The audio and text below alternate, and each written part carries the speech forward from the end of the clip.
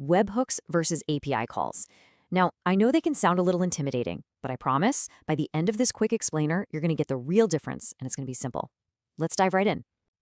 You know, when you really boil it down, the whole thing comes down to a super simple choice. Do you want to be the one who's constantly asking for new information, or would you rather just be told the exact moment something important happens? Just keep that simple question in your head as we go through this. So, to make this crystal clear, we're going to use an analogy that I think pretty much everyone can get behind: ordering a package online. Just imagine the data you need is that package you're really excited about. The big question is, how do you find out when it actually arrives? And here it is, the whole concept on one slide. With an API call, you're the one constantly walking out to the gate, peeking outside and checking, is it here yet? Is it here yet? But with a webhook, you just get to chill and wait for the delivery person to ring your doorbell. See the difference? One is a ton of active work, and the other is just getting a simple notification. Okay, let's look a little closer at the API call. We call this the pull model, and for good reason. Your application is the one doing all the work here.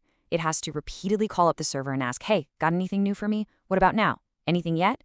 You are actively pulling for an update over and over again. And on the flip side, we've got the webhook. This is the push model. It's so much simpler. You just tell the server where you are one time, and then it does all the work. The moment something happens, the second your package arrives, the server automatically pushes that info directly to you. The update literally comes right to your digital front door. So the analogy makes sense, right? But how does this stuff actually work behind the scenes, technically speaking? Let's take a look at the actual flow, starting with that pull model we talked about.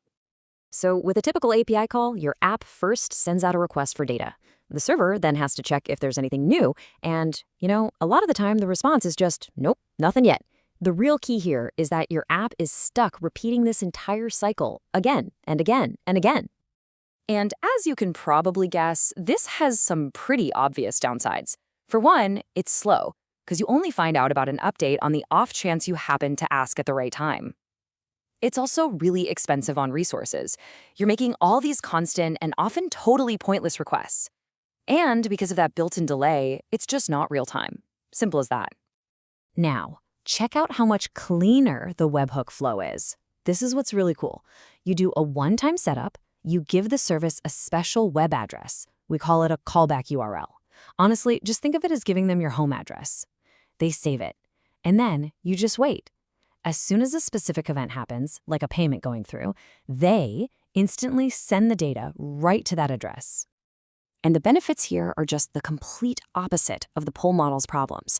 You get your information in real time, the very second it happens. There's no need for all that constant checking, which is a process we call polling. This makes webhooks incredibly efficient. It saves a ton of money and resources, and it lets you build systems that are entirely driven by events. So where do you actually see this stuff in action? Oh, just about everywhere. Let's do a quick rapid-fire round of how some of the biggest companies you use every single day rely on webhooks to get things done. Okay, so when you buy something online, payment gateways like Stripe and Razorpay don't make the website constantly ask, did they pay yet? Did they pay yet? No way. The moment your payment is confirmed, a webhook is sent instantly to let the site know the transaction was a success. It's the exact same thing with e-commerce. The second you click buy on a Shopify store, a webhook fires off to the warehouse system. And that tells them, hey, start packing this order right now. There's no delay. For any developers out there, this one is huge. When a programmer pushes new code to GitHub, a webhook can automatically trigger an entire deployment pipeline.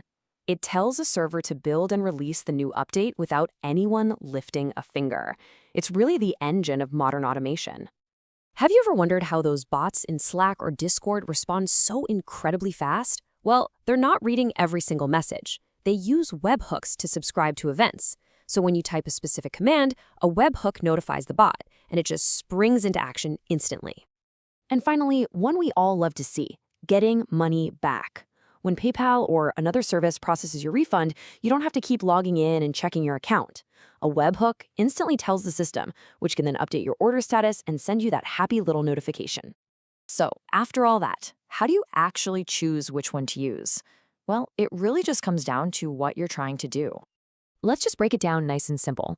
You should use a webhook wait for the doorbell, whenever you need real-time updates for critical events, like payments or new orders.